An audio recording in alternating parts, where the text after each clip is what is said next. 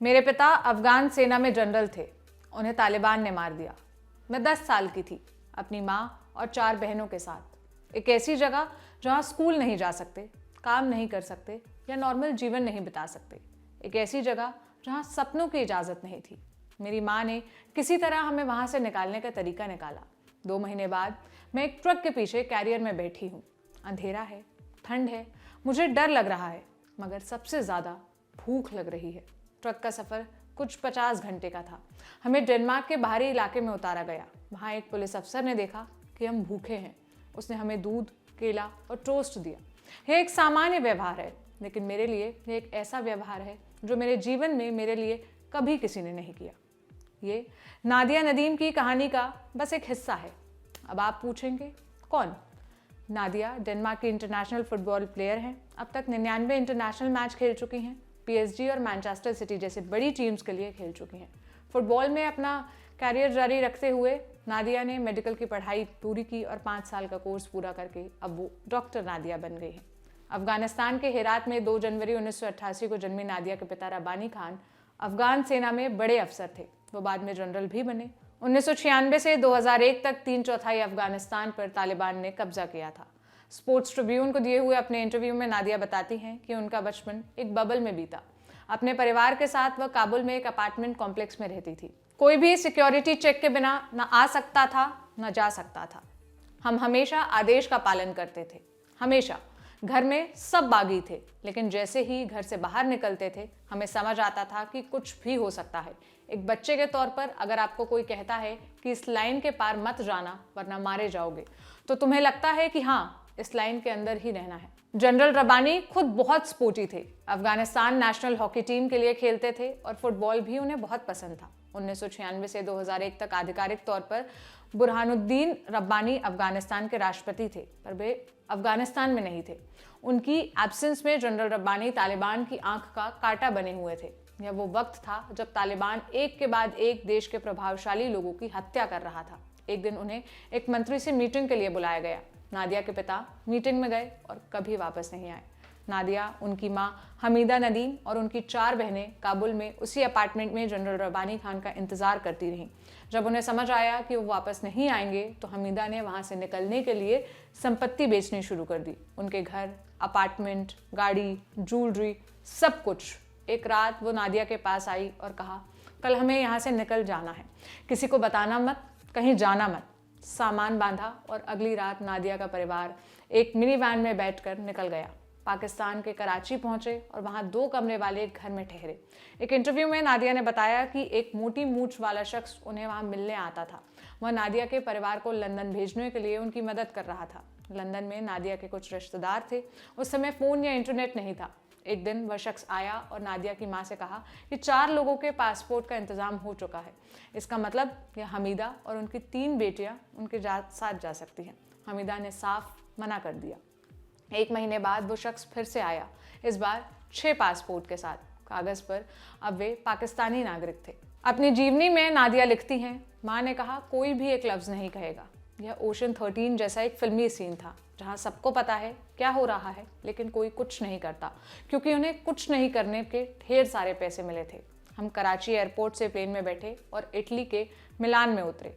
वहाँ एक खस्ताहाल अपार्टमेंट में ठहरे। 2 दिन बाद 2 ईस्ट यूरोपियन लोग आए और नादिया के पूरे परिवार को अपनी पुरानी कार में बैठाकर एक ट्रक के पास ले गए। सिग्नल दिया और नादिया, उनकी माँ हमीदा और उनकी 4 बहनें दौड़कर ट्रक के कैरियर में चढ़ गई। ट्रक में घोर अंधेरा था और केवल 2 आवाज़ें सुनाई दे रही थी, एक ट्रक के इंजन की और एक पन्नी की जो ट्रक के कैरियर को ढकने के लिए इस्तेमाल हुई थी। उस समय अनंत लग रहे समय के बाद अचानक से ट्रक रुका।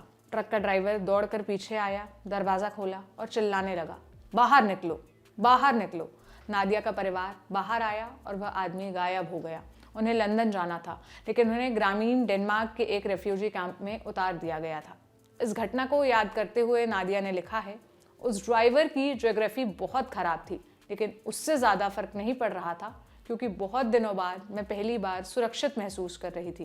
कैंप में हर जगह से लोग आए थे, अफगानिस्तान, सोमालिया, कांगो, इराक, अर्मानिया, रूस। कुछ साल नादिया उसी कैंप में रही। कैंप में पहली बार लड़कियों को फुटबॉल खेलते हुए देखा, फुटबॉल की ट्रेनिंग ली।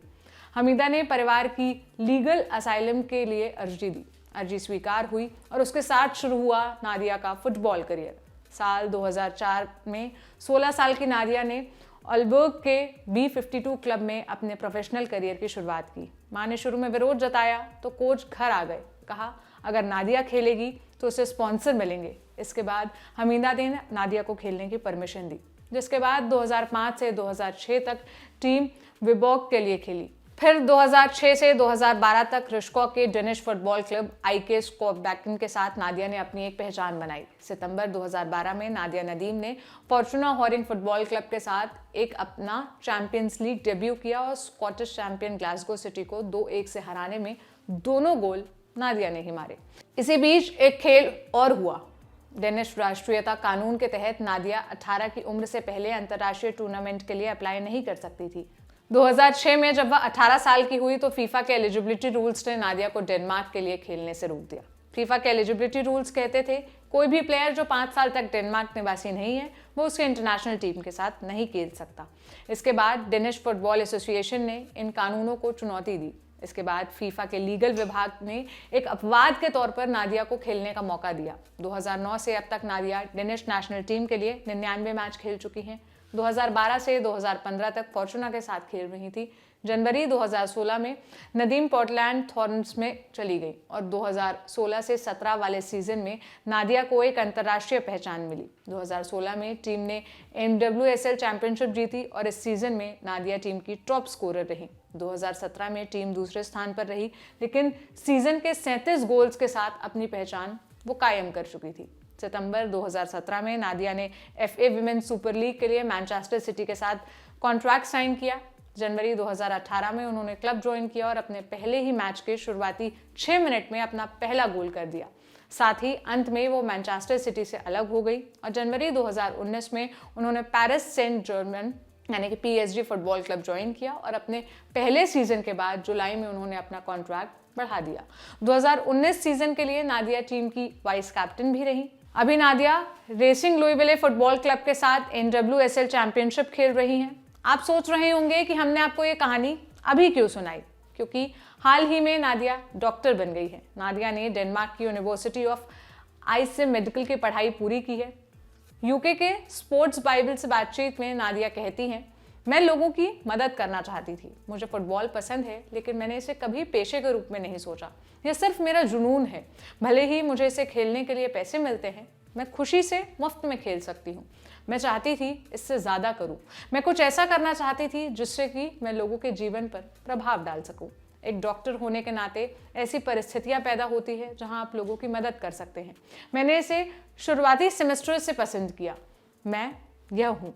मुझे लोगों के साथ बातचीत करना पसंद है। मुझे अस्पताल में रहना पसंद है। अपने कंधों पर जिम्मेदारी का दबाव मुझे पसंद है। फील्ड से हटकर नादिया अफगानिस्तान में महिलाओं के हक की मुखर आवाज के रूप में उभरी हैं। उन्होंने संयुक्त राष्ट्र महिला और स्थानीय संगठनों के लिए 29,000 पाउंड यानी कि करीब 30,000 लाख रुपए जुटाने में मदद की है।